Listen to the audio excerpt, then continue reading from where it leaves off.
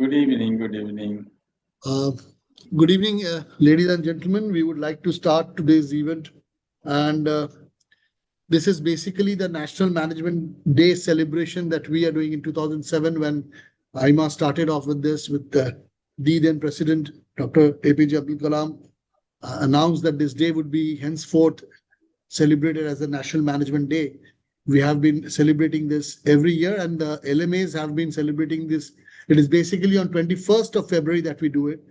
And since in Delhi, IMA celebrates this with all the LMAs together. So we do it either 1 week prior to the event or after that. So in that manner, we have, thankfully, we have got the dignitaries who have come up to speak on the topic today. We are thankful to all of you. Thanks a lot.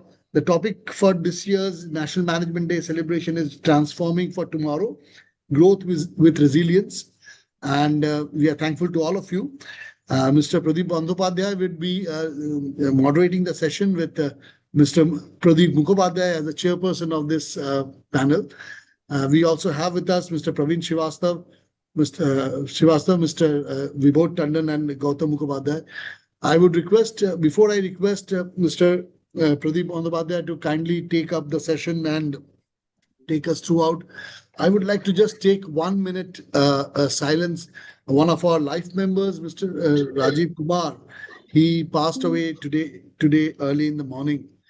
It's a great loss for the HR community as well as CMA's management fraternity. So with the permission of the chair and all the dignitaries present here, I would request all of you to kindly keep a 1 minute silence in the memory of Mr. Rajib Kumar.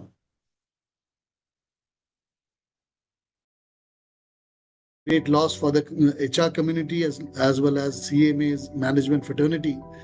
So with the permission of the chair and all the dignitaries present here, I would request all of you to kindly keep a 1 minute silence in the memory of Mr. Rajib Kumar.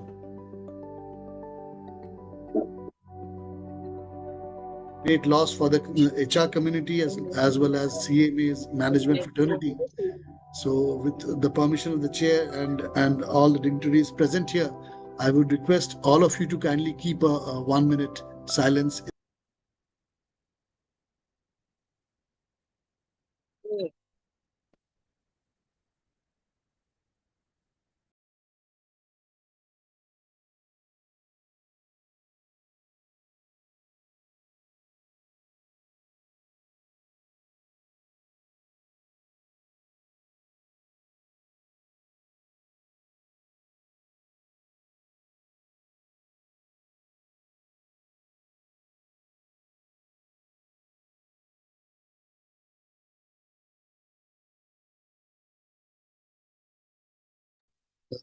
If Mr. Indranil Banerjee was here, President, I would have requested him to kindly say a few words before we start. Shumili, could you please check if Mr. Banerjee has joined? Don't think so. Anyways, he will be joining probably at the end of the session because he has also gone to this. May I request, Shumili, could you please stop the share?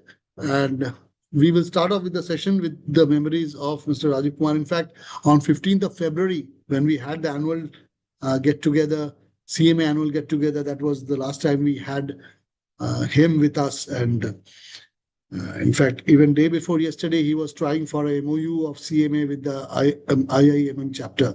So it's a great loss. Our thoughts are with his family. But we have to go along with this event. Mr. Banerjee told me that we should not stop. We had thought that we'll be skipping it today. But as Mr. Rajib Kumar has always wanted nothing to stop. He has always told us that. So we would be going ahead with the program today. So welcome all of you once again. I'll just take this opportunity of introducing all our speakers and moderators in a few words. So that it is convenient, though, or none of you require any introduction at all. I would just take a few minutes to introduce, and then I'll hand it over to Mr. Pradip Bandyopadhyay for the whole day. To start off, may I introduce Mr. Pradip Mukhopadhyay, who's the chairperson of this panel. Mr. Mukhopadhyay is a seasoned technocrat and management professional with over 40 years of experience across HAL, WEBEL, HCL, and GE Medical, an electronics and telecommunication engineer from BE College with management qualification from ISWBM. He has held leadership roles, including the Vice President, CEO, and National Service Manager. His last working assignment was as the Managing Director of WEBEL, the state nodal agency of IT and electronics in West Bengal. He contributed to the avionics system for fighter aircraft and led Pan-Africa e-health and e-education project. Formerly Senior Advisor to Macau, he now serves as the Independent Director and Principal Advisor to industry and academia. We welcome you and thank you for taking time out of your busy schedule, sir. I understand you had a session just before this and you could make it only for this session. Thanks a lot, sir. Thank you very much. May I introduce our moderator for the day, Mr. Pradip Bandyopadhyay. He is a seasoned human resource professional with 3 decades of rich experience in HR and industrial relations, including talent management, organization development, statutory compliance, union negotiation, and labor dispute handling. He has successfully set up HR functions in large organizations. A postgraduate from the University of Calcutta and West Bengal topper in PG Diploma in Personnel Management and IR, he has worked with Ambuja Cement, ABP, Berger Paints, G4S, JMS Mining, and Bureau Veritas across corporate and manufacturing units. He currently heads HR at Financial Inclusion Trust, the Bandhan Group. We welcome you also, sir. Thank you so much. Thank you. May I proceed with introducing the Vice President of CMA, Mr. Vibhor Tandon. He is an acclaimed corporate trainer, mentor, consultant, educationist, and business leader with over 22 years of corporate exposure as business and marketing head. He has conducted training programs for leading organizations, including the Central Bank of India, HDFC, HPCL, Power Grid, Tata Steel, SAIL, Vedanta, and ICICI Bank, to name a few. An office bearer and the Vice President of CMA. He is also the Senior Vice President of MSME Development Forum and also is in the MASA board. He serves as the visiting faculty at IIT, Kharagpur, ISWBM, IEM, XIM, Xavier Institute of Management, Bhubaneswar, ICAS, ICAI, and ICMAI. Thanks a lot again, Vibhor sir, for joining. May I request Mr. Thank Vibhor you so sir, much. Thank you so much.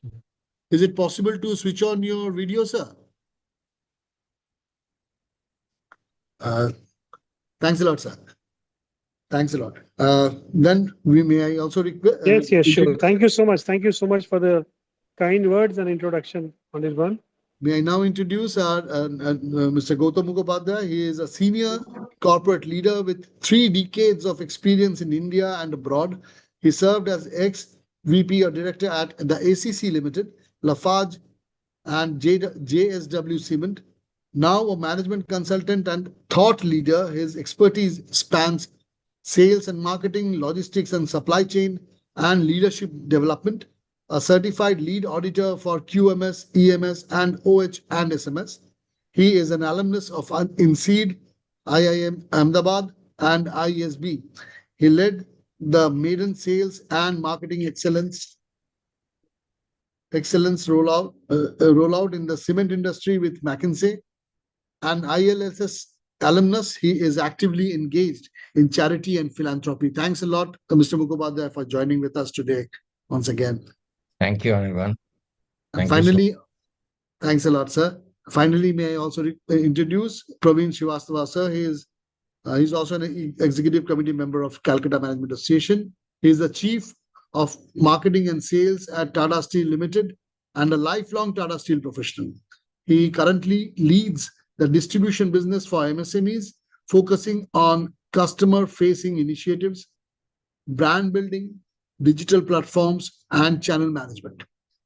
With 24 years of experience across marketing, sales, and international business in B2B and B2C segments, he holds an engineering degree and an MBA. An avid sports enthusiast, he enjoys playing tennis and running in his spare time. Welcome once again, Praveen Shrivastava, sir. Thanks a lot for joining. Thanks a lot, Anubhav.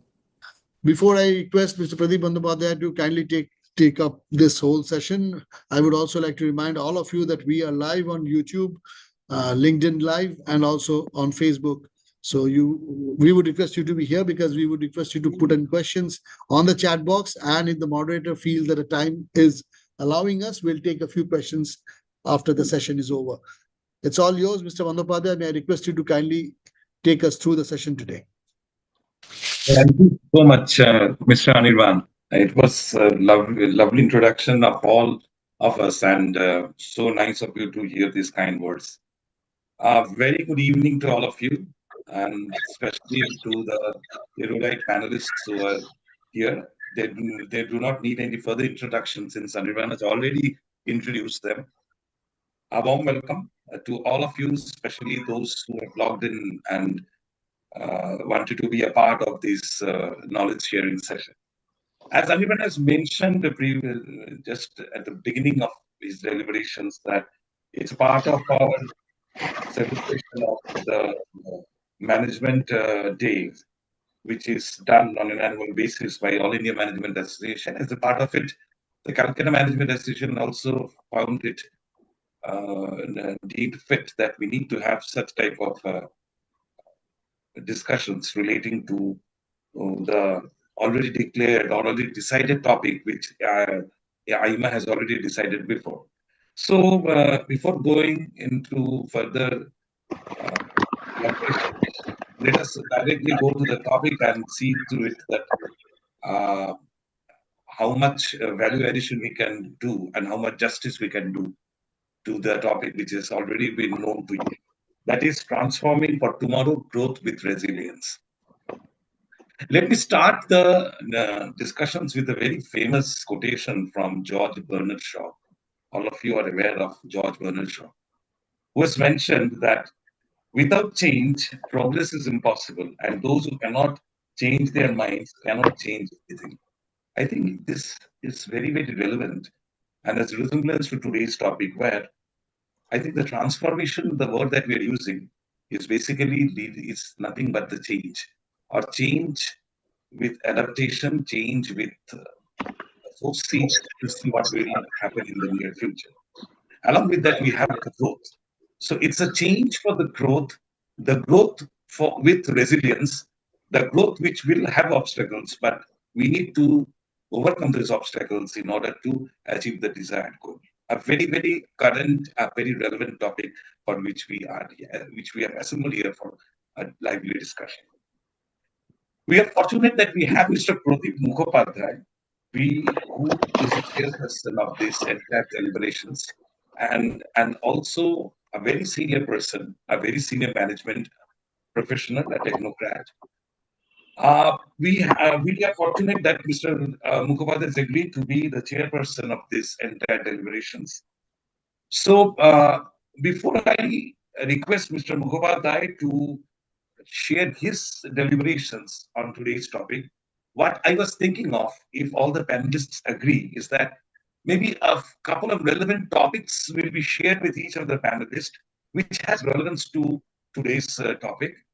We would like to know from each of the panelists what their views are. And along with that, we would have a summation of thoughts and ideas, which will delve into, I think, totality as far as what emerges from today's deliberations. So a couple of thought-provoking questions, or that which, if you permit me, I will question, or I will probe, or I will ask the panelists to give their views. And maybe after that, at the end, we can have one rapid-fire question, a question common to all.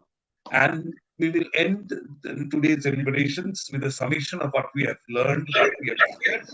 And if time permits, definitely, as Anirban was telling, we will take a couple of questions. And if not, obviously, we always have the offline option of taking the questions.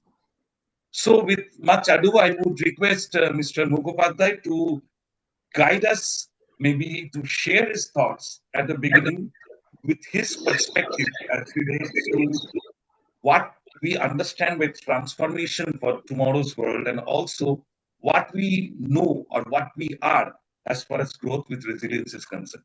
So, sir, if you may please throw your thoughts on it so that we can accordingly take the session forward. Thank you.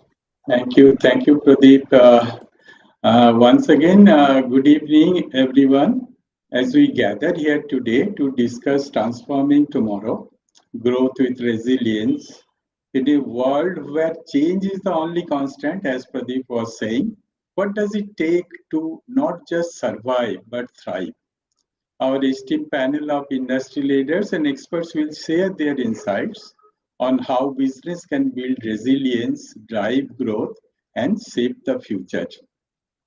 As businesses navigate in an increasingly VUCA situation, I mean volatile, uncertain, complex, and ambiguous landscape, resilience has become very important and become the cornerstone of sustainable growth. The ability to adapt, pivot, and innovate in the face of disruption is no longer an option. It is the necessity of the day. Companies that prioritize resilience are better positions to not only survive, but thrive in tomorrow's world. I will take the example of some of the global companies that operated for decades, but eventually became extinct due to various reasons. We all know about Kodak, operated from 1888 to 2012. They failed to adapt to the digital photography revolution, leading to bankruptcy in 2012. Then another company called Blockbuster, they operated from 1985 to 2010 and could not compete with online streaming services like Netflix, filing for bankruptcy in 2010. Then coming Nokia, 1865 to 2014, missed the smartphone shift, leading to a significant decline. They did not adapt to Android. In market share, they eventually lost to many other companies. Consider BlackBerry, 1998 to 2017, they failed to adapt to touchscreen technology. Then coming to Lehman Brothers, collapsed due to subprime mortgage investment and financial crisis. Then we all know Polaroid, failed to adopt the digital photography. Then Concorde, that famous airliners, supersonic jet become uneconomical due to high energy consumption and operational cost. So as Pradip was saying that, the resilience has become the most important, even if you are growing. There are many companies who are operating profitably, growing, sustaining, in a very high, with a very high growth. Even then, they could not sustain after a few decades. Now, if we see what are the pathways to growth, pathways to growth is strategic and financial strength has to be good, means diversify the revenue, financial discipline has to be there, scenario planning has to be done, strategic growth has to be adopted. Then operational and technological adaptability, it's a data-driven decision has to be taken, cyber readiness has to be there, supply chain resilience has to be there. Then customer-centric innovation. It's not what is customer's requirement, but at the same time, you should see that what is customers want or how a new product can be placed to a customer. Strategic partnership, collaboration is the name of the game in today's world. So strategic partnership is extremely important. And nothing less is risk management, internal risk as well as external risk. Now, the other things like cultural human capital has to be acquired, retained, and they have to be developed also. They have to be upskilled, they have to be trained, they have to be cultivated with a growth mindset. So these are all very essential during the pathway of the growth. Now coming back, what are the growth drivers? If we see what are the growth drivers, then we will see the first growth driver is technological innovation. Adoption of new technology like AI, IoT, automation, cloud, 5G, etc., etc. Then comes digital transformation, moving core processes online, omni-channel presence, data analytics, decision making, and many more. Then coming, what are the other drivers like demographic shifts? We all are saying that aging population, rising middle class, urban migration, and Gen Z millennial preferences will have to honor these requirements. Regulatory and policy supports. Government incentives, where all government is putting more incentive. In recent times, we are seeing that a lot of incentives are being given, like PLI schemes are being introduced into defense, liberalization as well as ESG mandates. Sustainability and ESG momentum is also a growth driver for green products, circular economy, and carbon neutral targets. Strategic partnership, merger and acquisition is extremely essential for the growth. Rising consumer spending power, higher disposable income, aspirational buying. We must keep this in mind, and accordingly we should devise our products and services. Then come infrastructural development, better logistics, ports, highways, digital connectivity. All these are the growth drivers. Then talent and skill upgradation is one such factor. Market deregulation and liberalization is another.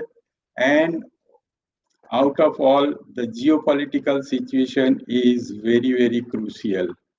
Now, keeping these factors in mind, and accordingly, if we can strategize our business policies, then probably the growth can be done. And the next thing comes while growing. It so happens when a company grows, then certain things comes to the growing organization. What all comes? When a company grows, there's a tendency that fixed costs are enhanced. This includes benevolence in employee welfare measures. Then the current assets are enhanced, including inventories and debtors. The capital expenditure increases irrationally. Reliance on existing way of doing business, lesser inclinations on new ventures and adoptions. They think that, okay, this is the way we are growing, so let's stick to the process. Let's not look outside. Relaxed financial governance. Many a time it is seen that the financial governance is getting relaxed. Businesses, if we consider it as a balloon, then when a balloon is inflated to make big and bigger in size, it deflates by getting pierced by a needle, which is disruptive technology, or it bursts because of the lack of flexibility of the skin capacity of the balloon. This lack of skin capacity is nothing but lack of financial governance of the balloon. So these are the things we must keep in mind, and we should also see that for the good business resilience, the agility and adaptability of the organization has to be very, very good. They should keep in mind about diversification. They should have very strong financial governance. They should have innovation culture, customer-centric approach, digital transformation, talent acquisition, development and retention, strategic partnership, risk management, and of course, sustainability focus. So these are the points to be kept in mind. There are certain, phenomena when a organization grows, then this kind of financial relaxation happens, then benevolence for employee benefit goes high, the fixed cost tends to get higher and higher. So those are to be properly regulated to ensure that in difficult times, the company is not in difficult positions. Pradip, with these few words, I just want to stop over here let us hear from our other fellow panelists. Right. Then I will get back for further questions. Right. Thank you so much, sir. In fact, it was absolutely a fantastic start with regards to your inputs, especially your mentioning of the VUCA world, the business situation, and also the ability to adapt, I think, is the necessity, which you rightly mentioned, giving examples of Kotak, Blockbusters, Nokia, BlackBerry, Lehman Brothers. We are all aware of all these incidents which took place. It's only because of the adaptability to change did not occur at the right time and under the right perspective. And you know the history of what happened to all these organizations. And definitely, you also see certain diversification relating to financial discipline, data-driven, and the certain regulatory and financial supports from the regulatory authorities. You also mentioned that. So, keeping that into background, I would now like to ask Mr. Vibhor Tandon. Mr. Tandon, especially with respect to the resilience. The meaning of resilience, as we understand today, is the capacity to adapt, recover, and grow stronger from adversity, trauma, or ongoing stress, rather than simply toughing it out. So it's something more than something which is a add-on to overcome a situation. Wherein, if you are in that situation, if you overcome that, you go more, you get more stronger. Under the above circumstances, I would request Mr. Tandon to come across what is the concept of the word resilience in today's business perspective, and how do you see, being a management expert, that how the organizations are overcoming the this hardship. I'm using the word hardship, overcoming this thing and taking it as a resilience to move forward. Mr. Tandon, please. So thank you so much, Pradip sir. As a matter of fact, probably one of the most important aspects which you have touched upon, which is resilience. To answer the question, I would like to take us all back to a time which was 1910 to 1915, right? Almost a century back. Now let us understand that that was a time, if you look at what UK was at that time and what UK is today. There we used to be a time when almost 70%, or I would say 60 to 70% of the world was actually ruled by United Kingdom. Coming back to today, it is probably not even 5%. As a matter of fact, we might not see the present governments and the present, I would say, the native population of the United Kingdom being present as rulers or being present as, the key in all key positions when it comes to the next 10 years or so.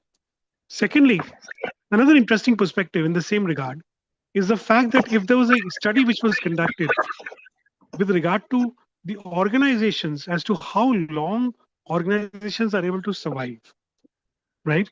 Interestingly, out of every 100 organization which has been in existence for the last 30 years or so, right, out of every 100, it is only 10 which survives 30 plus years. Not a great statistic at all.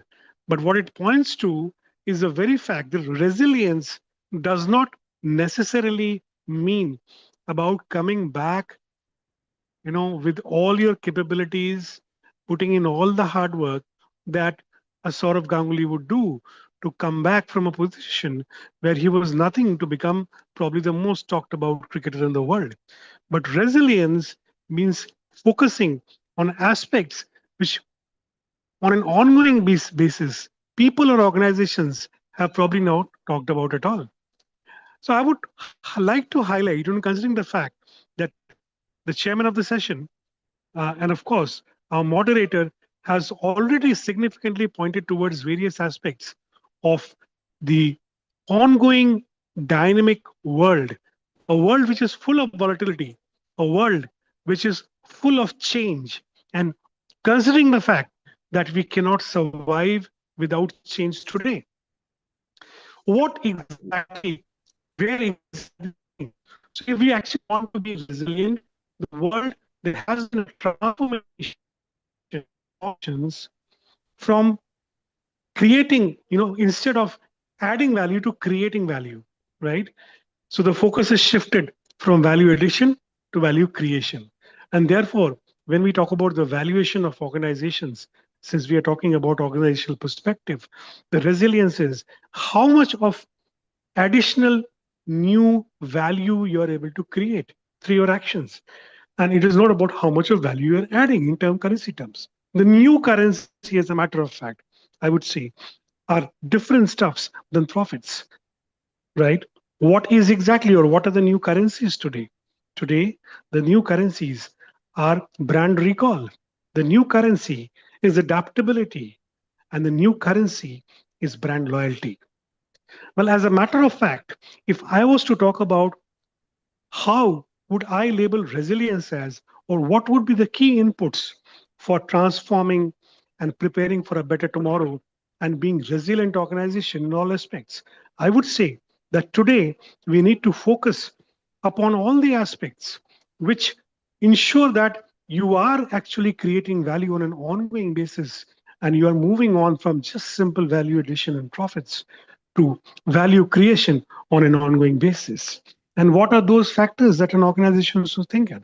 Definitely, technology, as we were talking about, you were understanding some time back, because on an ongoing basis, technology changes on a daily basis, and probably even to be aware of the disruption is a challenge, right? So I would say that instead of simple strategy, because considering the fact that I have been into strategy for the last so many years, today it is about strategic innovation. Innovation is an essential part of strategy, and you constantly need to innovate. And that is how you can actually survive. And only when you're able to survive, you're actually able to be resilient and move on to a better future. So the first, as I was mentioning, is strategic innovation. The second, I would talk about three aspects here. The second one, which I would like to mention about, is developing intuition. When I'm talking about intuition, it is intuition for the organizations and not about human intuition alone. That can also be called predictive intelligence, and that is dynamic predictive intelligence, considering that the way disruption happens on an ongoing basis, how is it that you're able to survive different changes in different matters of your business, or different faculties or different departments of your business, be it manufacturing, be it marketing, be it finance, be it human resource. So it has to be dynamic predictive intelligence, the second most essential factor. And again, I would say very, very importantly, that the third most essential factor in addition to these two is creation of disruption, right? Constant adaptability and creation of disruption yourself. How is it that you are able to disrupt the markets and create value on an ongoing basis? Thank you so much. Thank you so much, Mr. Tandon. It was absolutely fantastic to hear from you, especially with regards to the creation of value. You were absolutely right. Now the days are gone when you need to add value. It's more important that you need to create value for you to sustain in the market.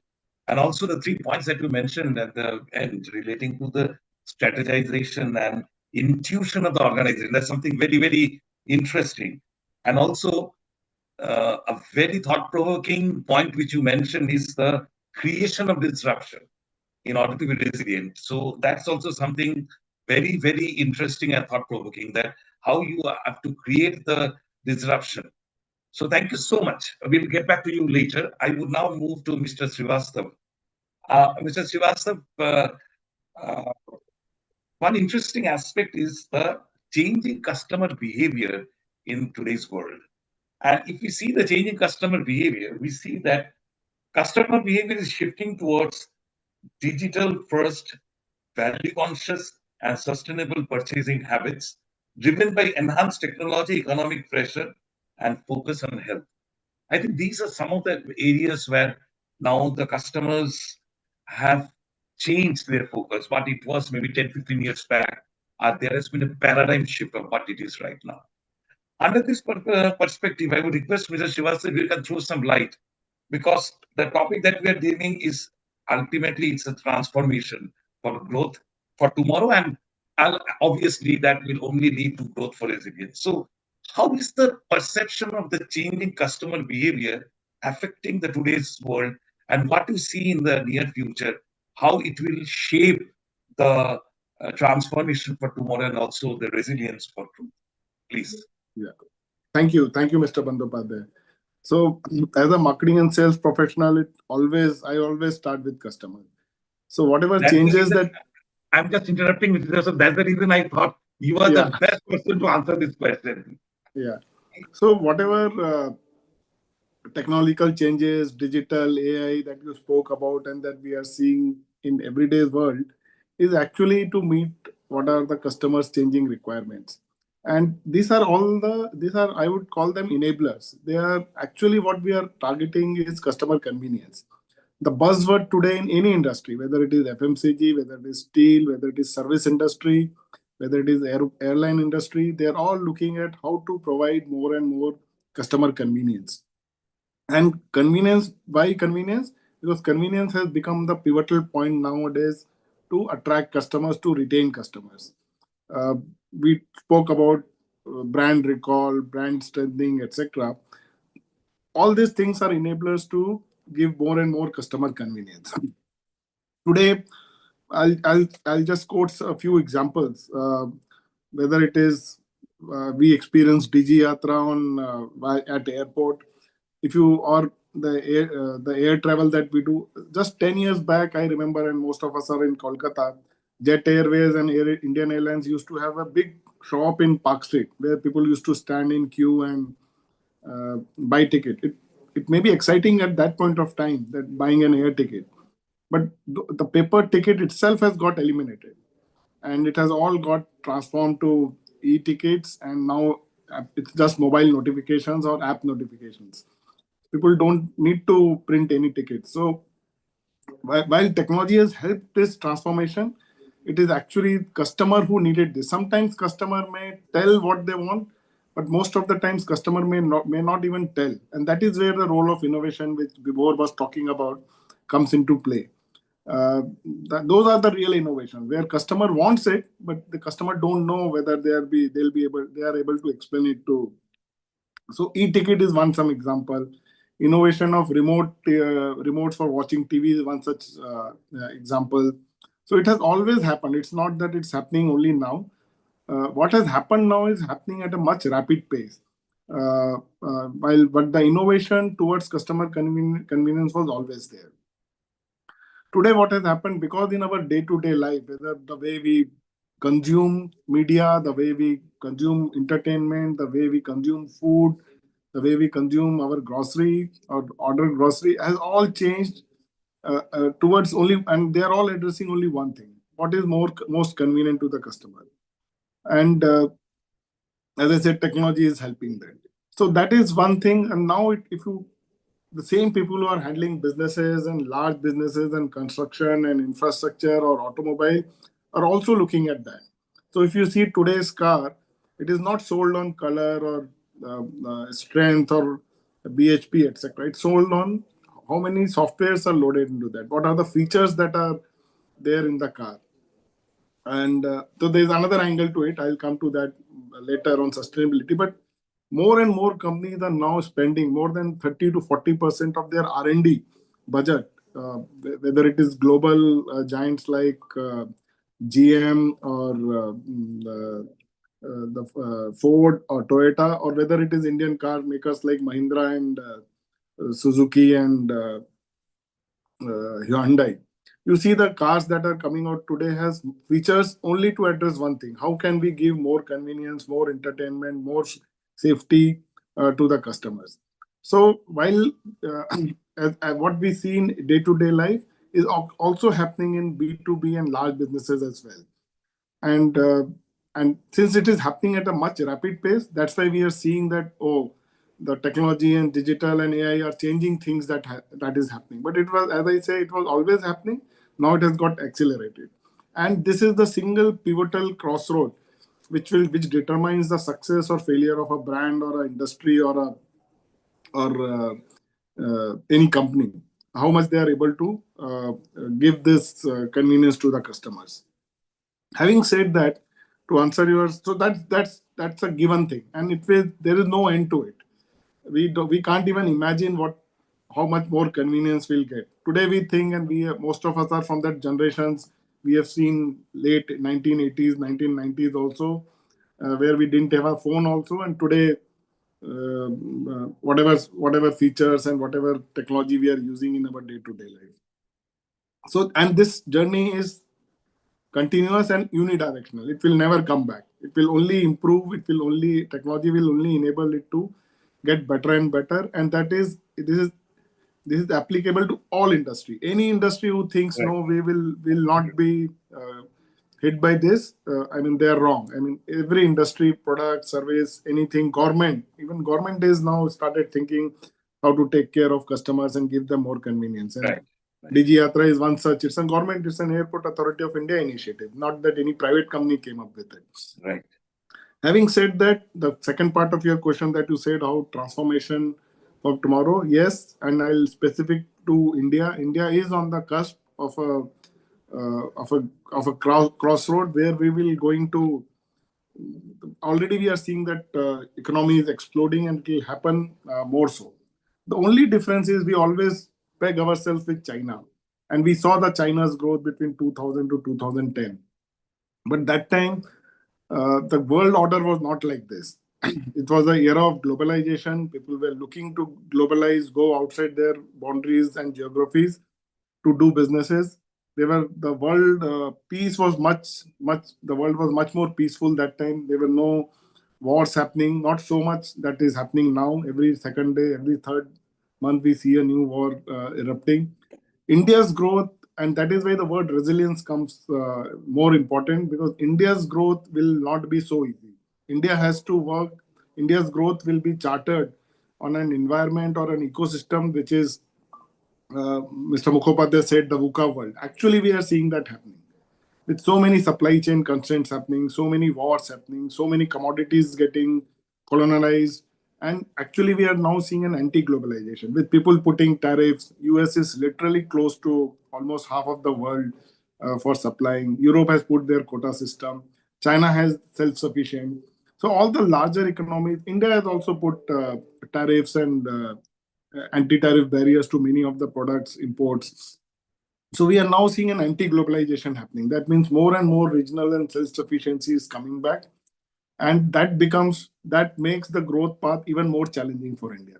So while China grew at a much faster rate, and India is likely to grow at that rate, but India's journey will be far more difficult, or in a far more difficult scenario. Now, I'm not saying it's not going to happen, but in a far more difficult scenario. That's why I think one word, innovation, with Vibhor also spoke, becomes more and more important.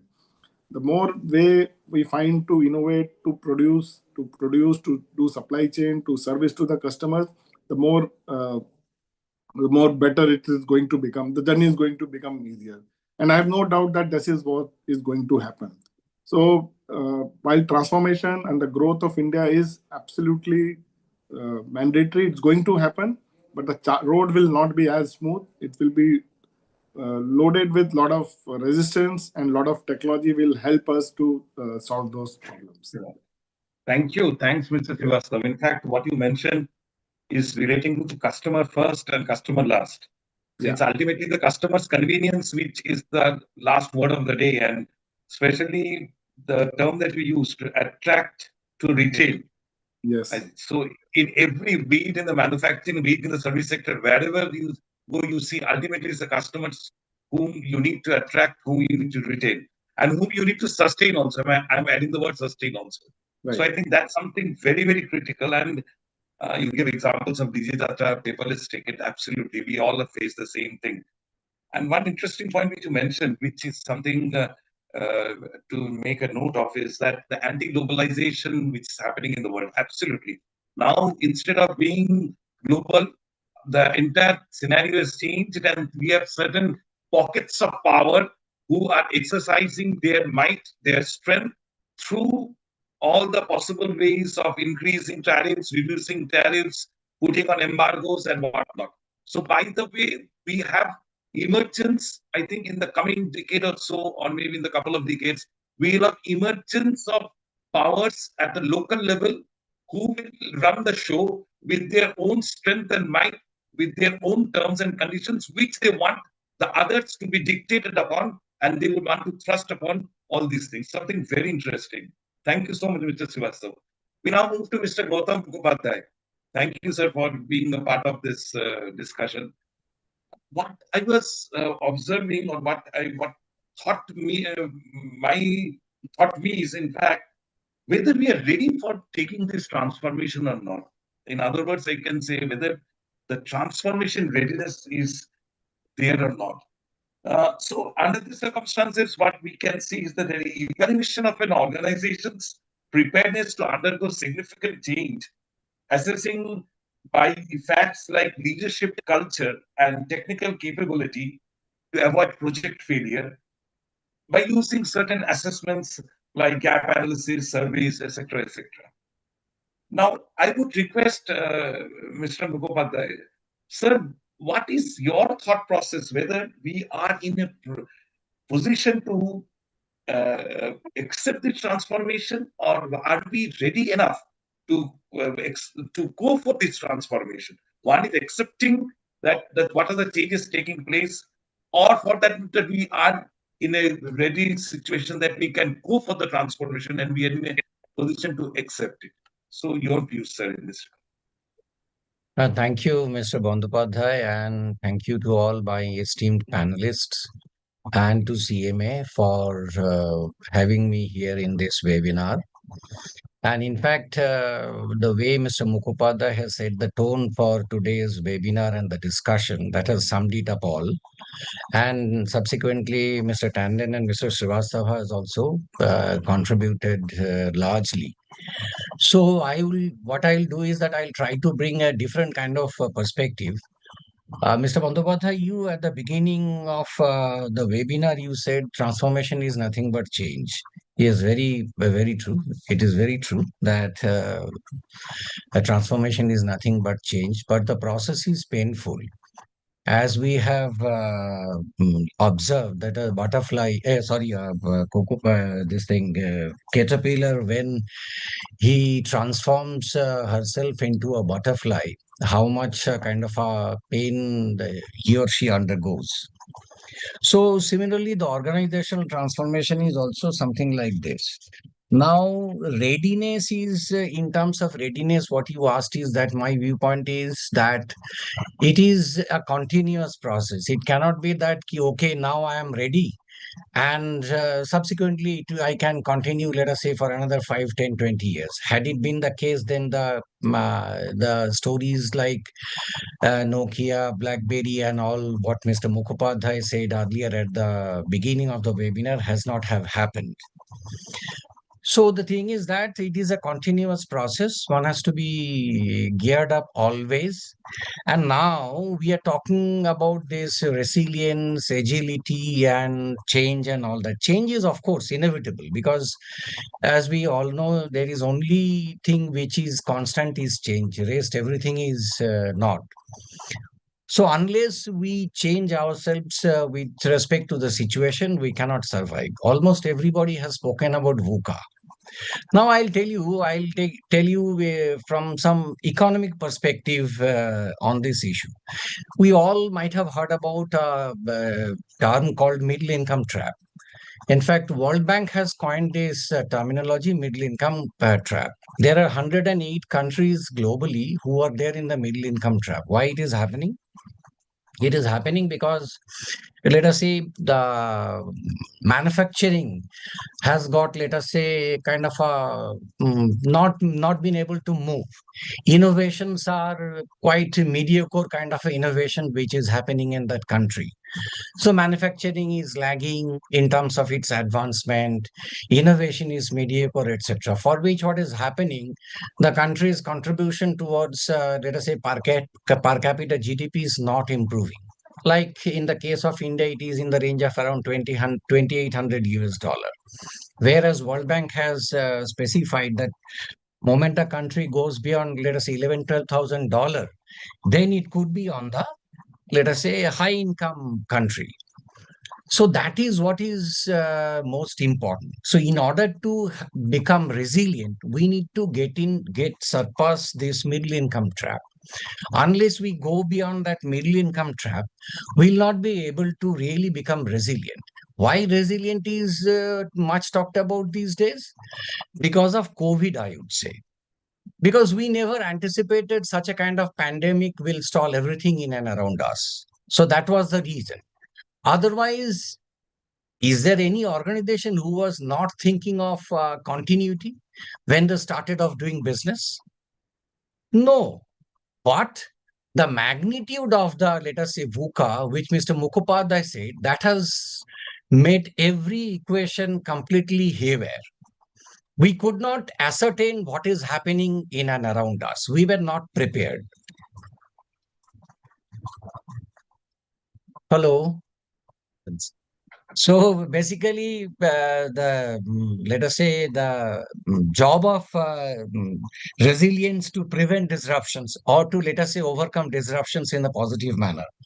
So basically, all organizations, as we understand, mostly desires to have skill, speed, scale, and systems. These are the four pillars. We call it 4S, and on these 4S, definitely each and every organization performs. Now we'll have to see that in order to remain resilient and agile, what we need to do, what an organization needs to do. Number one is basically that manage our risks proactively. We need not wait for COVID to come and then compels us to do some business risk analysis or kind of an environment analysis. So that is one part of it. So we need to understand and fathom the situation, what is happening, keeping in mind, let us say, what is happening in and around us, including the, let us say, geopolitics, global geopolitics. Even in current days also, if we look at the geopolitics, what is happening, that is disrupting so many things, not only the supply chain. Apart from supply chain, so many other things are happening. So many disruptions are happening. Even these tariffs are also, what has been talked about is also one aspect of that.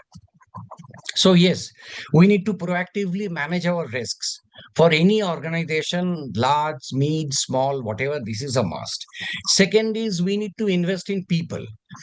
As we talked about is that people does everything for an organization, whether it is resilience, change, transformation, whatever. People only does this. So we need to invest in people. And we need to not only invest in people, we need to inculcate such a culture of resilience within the organizations. Until and unless we, let us say, promote a culture of resilience and communicate it in a very lucid manner, the employees are not having that buy-in with whatever resilience company or the organization is looking for and how to achieve that.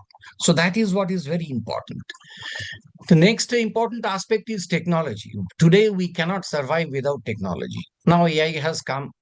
AI, everybody is talking about AI. Everywhere, AI is omnipresent. So, how do we, let us say, adopt and embrace technology to become resilient, to, let us say, overcome the disruptions? That has to be kept in mind. So, these are very, I would say, very plain and simple points what organizations need to be kept in mind. And see, it's quite easy to say it than doing it. So as we say, easier said than done. So here in this webinar, we may say all these things, but for an organization, whether it is an MSME or any other big corporate, it's very difficult because it has to take along all its, let us say, employees, the people who are building the organization, driving the organization. One last thing I would like to say, if I would like to give a concrete example, I have coined two terms. One is MAD. MAD, MAD. MAD is not mean absolute deviation.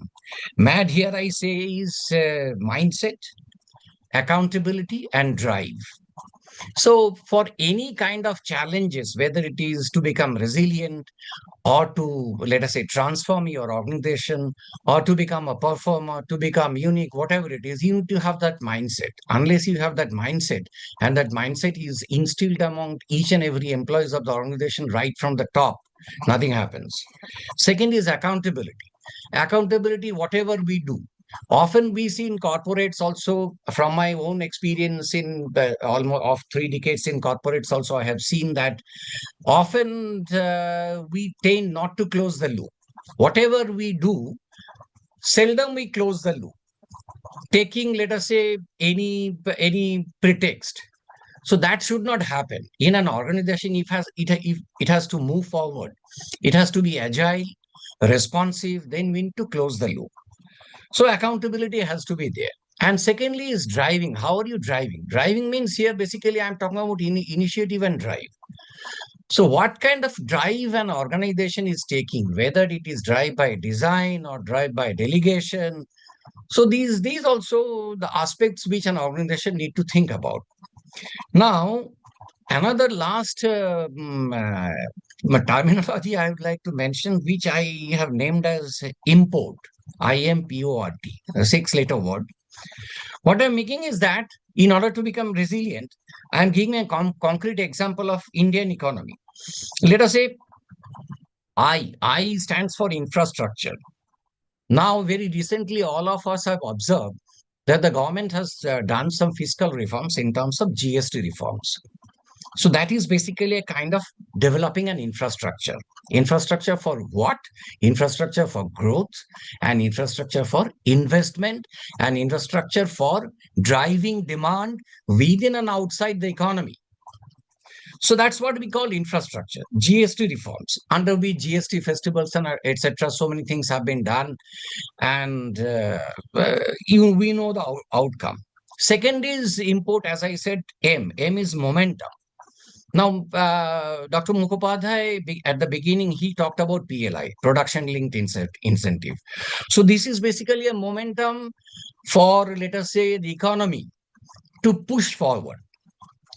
So with 4 to 6% incentives on incremental revenue in 14 different sectors, government has initiated this PLI. Although it is not limited to those 14 sectors, even then, it's a very important momentum which the government has provided.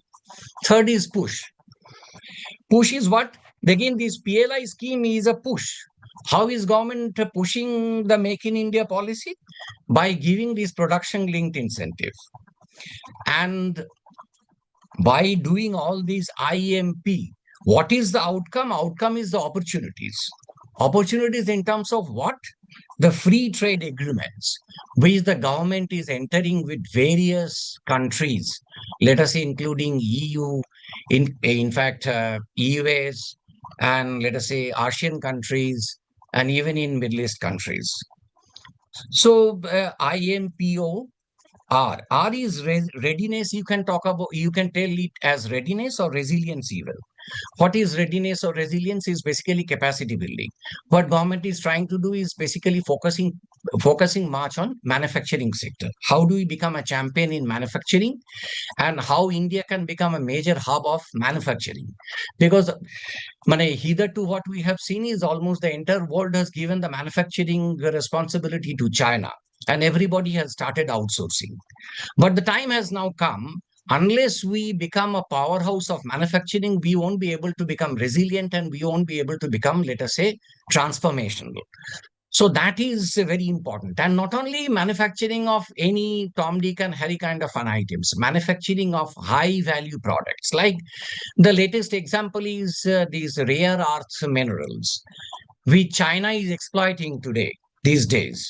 So do we have that kind of a manufacturing or that kind of an infrastructure available in our country? Do we have, let us say, the infrastructure for clean energy, wind energy, solar energy? So these are the areas where China has burst ahead. Since my fellow panelists have talked about China, I'm referring about China. So these are the things we need to keep in mind while we ready ourselves. So import, as I talked about, so these R is for readiness or resilience, the capacity building on high value products, which matters the most, which can become unique, where if you do that, the world will come at your feet. So that is the kind of areas we need to choose, whether it is MSME or non-MSME. And the last one is transform. That is how you need to transform. Now, if you are able to manage infrastructure, momentum, push, opportunities, and readiness, then you start trade. I'm giving you a simple example. China's exports to ASEAN countries is approximately 900 billion. I repeat, China's exports to ASEAN countries is about 900 billion, whereas India's exports to ASEAN countries is only 160 billion. So this is the clear example of how we can transform ourselves. So there are FTAs, there are manufacturing capacities, there are high value products, there are innovations in areas where it matters the most. That is how we can make ourselves, our incorporations, our organizations, and our country fully resilient and transformational. Thank you. Thank you. Thank you so much, Mr. Mukhopadhyay. In fact, you gave an apt answer to the readiness of for the transformation, where you mentioned some very critical and very interesting points relating to this people investment and culture of resilience, which should be inculcated and developed within an organization. And you also mentioned the two words, MAD and import. And we have all listened to what you have seen, and absolutely right. And taking into perspective our economy, where we are at this point of time, it is something so pertinent that you have mentioned what are the steps of the initiatives that's been taken by the government in order to accomplish the transformation which the government is thinking of in the coming years. So thank you so much. So we would like to have, time is running, so we will like to have one rapid fire question to all the panelists before we take questions from the audience, if time permits. So one rapid fire question, a very interesting question which we thought of, is that all of us are leaders of the corporate world. Now, taking that into perspective, we would like to know from each one of you one capability that leaders need to have in 2026. In the year 2026, which is one capability that all leaders should have? I would like to mention that please, you have given a time of maybe 10 seconds. So you need to answer within 10 seconds. And since it's a rapid fire, so obviously you cannot think twice and thrice and then give the answer. So whatever comes on your mind, you have to give the answer. I'll start with Mr. Vibhor Tandon. Mr. Tandon, please. Well, I would stick to the fact that I would say that the biggest capability today is organizational intuition. So it's the intuition which you think the leaders should have in that's an organizational intuition. Yeah, you are able to understand, which you mentioned before during your deliberations. You mentioned. Yes. Right. Praveen sir. I think innovation is the key word, and for that, leaders must invest in research.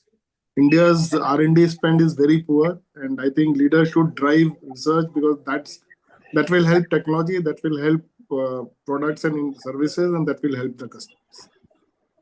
Right. Thank you, Mr. Mukhopadhyay. As I was saying that VUCA situation we are going through, so suppose there is a disaster outside. So we should prepare ourselves, we should collaborate ourselves, we should keep our people ready to face those challenges. Right. Mr. Gautam? Yeah, my take is that the one capability the leader should have these days, since we are talking about resilience, change, and transformation, is having growth mindset as against fixed mindset. That's very important. Unless the leaders are having growth mindset, nothing happens. Right. Thank you so much. In fact, I would request the audience if they have any questions, they can put it in the chat box so that we can see the questions. And if time permits, Anirban, do we have time or do we need to wind it up? I leave it to Anirban to take a call. So I I think can see we one can take, hand is raised by Mr. Anik Mitra. yeah, we can take one Yes. or two or three questions if you wish. Yes, Mr. Mehta, you can say your question also instead of typing it in the chat box, which will take time. You can please mention your question, and if you want a particular panelist to address, you may please mention the name of the panelist also. Thank you. Yeah, Yes. sir, am I audible? Yes, you are Yes, you audible. are. You are audible. You are audible. Okay, thanks for taking my opportunity. I'm sorry, my voice is very poor today. Sir, my question is, firstly, let me try to relate whatever we are talking about, that is growth, resilience, and all those stuffs. On this backdrop, I just want to mention the decarbonization effort of India. 2070 is the target to achieve net zero carbon. So, sir, on this backdrop, uh, I would say our national steel mission. Our national steel mission is by 2031, we want to build up 300 million ton of capacity per annum, 300 MTPA. Currently, we are at around 210 MTPA. We are targeting 300 MTPA by 2031, FY31 rather. So, on this backdrop, if we look at the roadmap, we can see UK, Port Talbot, Tata Steel, decarbonization has already started taking place. Matlab decommissioning of the two blast furnaces has happened already, and for that, the UK government afforded 500 million pound decarbonization support.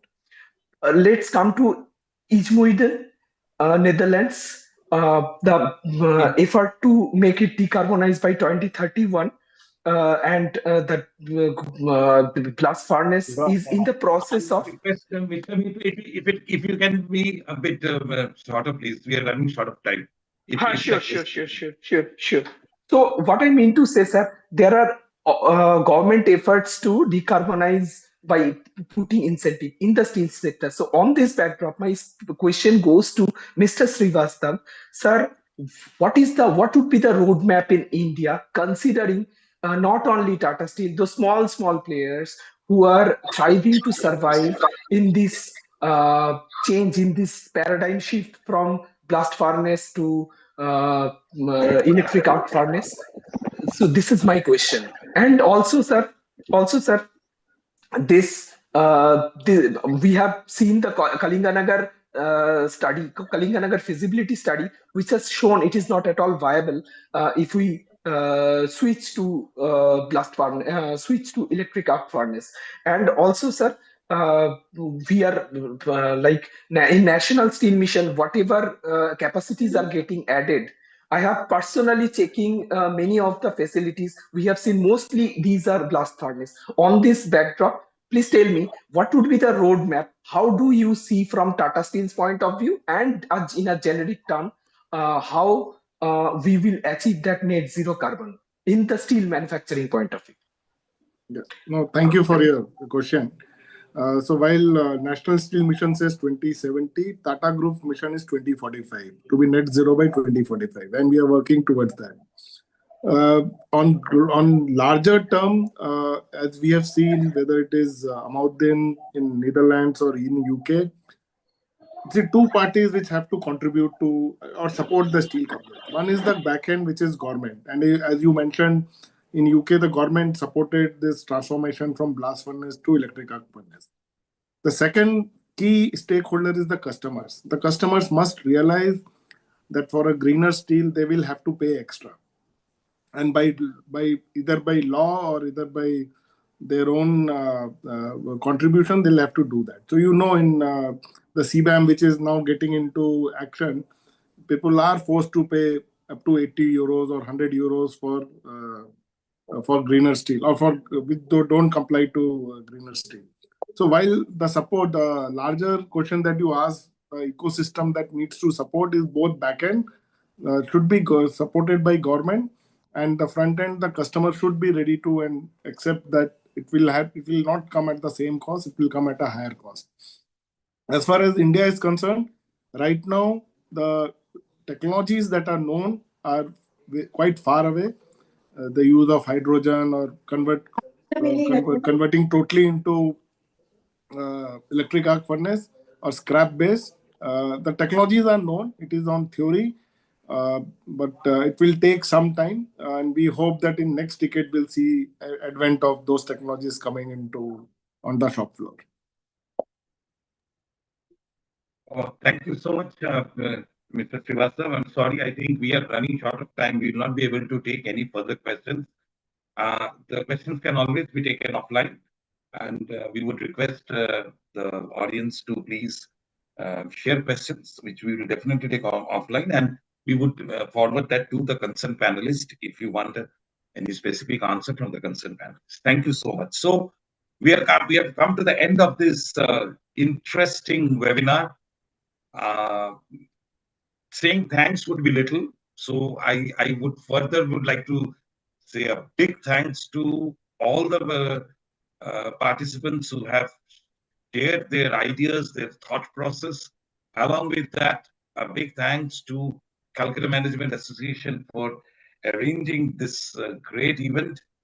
A big thanks to also the audience who have taken the pains of listening right from the beginning. To conclude, if we want to summate what has been discussed, I think all the panelists have given their views, and all the views have been taken with great purpose by the Calcutta Management Association, especially with regards to what Mr.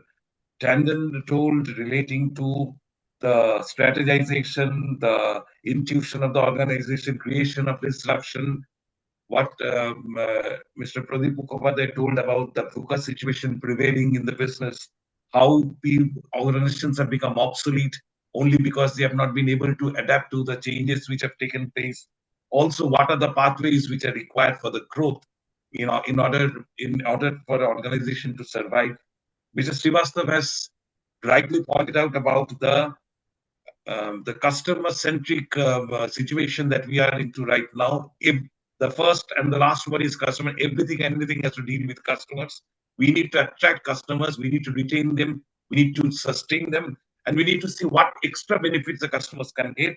So the world has changed as far as the customer-centric activities are concerned.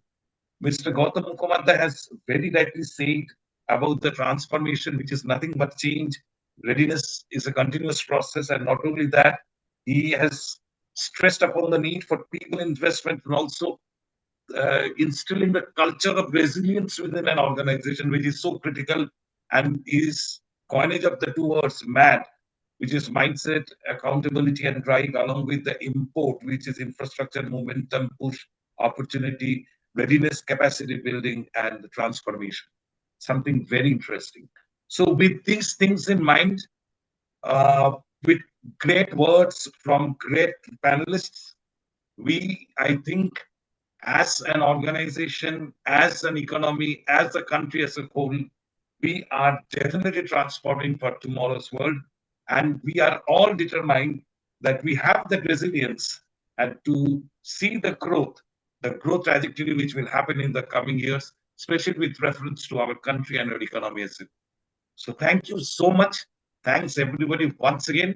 And with this, I hand over to Anirban to have the concluding remarks in the session. And thank you, Indranil. I see Indranil has joined. Thanks. Yes, I would request you to please propose the formal vote of thanks. Mr. Indranil Banerjee, President of Calcutta Management Association. Good evening, gentlemen and ladies. Actually, this particular day will have great significance so far management work of India is concerned. Already, I think it has been informed to you that way back, AICT developed this as per the recommendation of Minister of Education. They decided to start a region-wise management association and that the way 70 years ago, CMA and AMA started their journey. We are just following the footprint. Last week rather, on 21st at New Delhi, the Management Day was celebrated. The video will be shared by Anirban later on. That is available in the YouTube. There is a very many star-studded program out there. I had the opportunity to be there on behalf of Kolkata Management Association.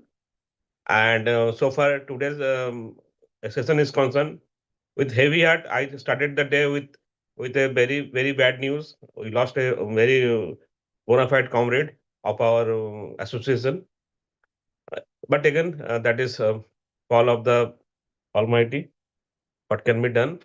I convey my special gratitude and thanks to Pradip Mukhopadhyay, sir. He is the chair, and I also convey my regards to and thanks to Pradip Bandyopadhyay, who moderated this session with his own vigor.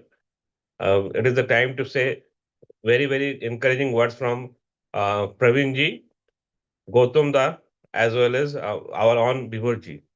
So many thanks to all three of them. They contributed many things. I was listening from very beginning, but I was a little bit upset of that day for the whole thing. But again, I convey my thanks to the participants, audience, because this is a very Friday 6:30 time is a very hot time. But you decide to be here and celebrate the evening. Thank you. We look forward to have many program in the coming months. I think you will get the information.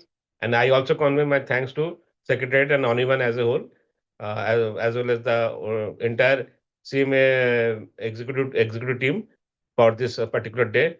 I request all to join hand and take the movement forward. Thank you and have a nice weekend. Thank you, ladies and gentlemen. Thank you. Thank you, everyone. Thank you. Thank you. Thank you, everybody. Thanks. Thanks. Have a nice Thank you weekend. so much. Thank you. Thanks. Thank you, everyone. After you close this meeting, you would find there would be a survey where we would request you to kindly fill in the survey. Then Thank you, you may sir. also put in a few questions, and we'll come back to you for that. Please have a nice day and a nice weekend. Thank you. Thanks.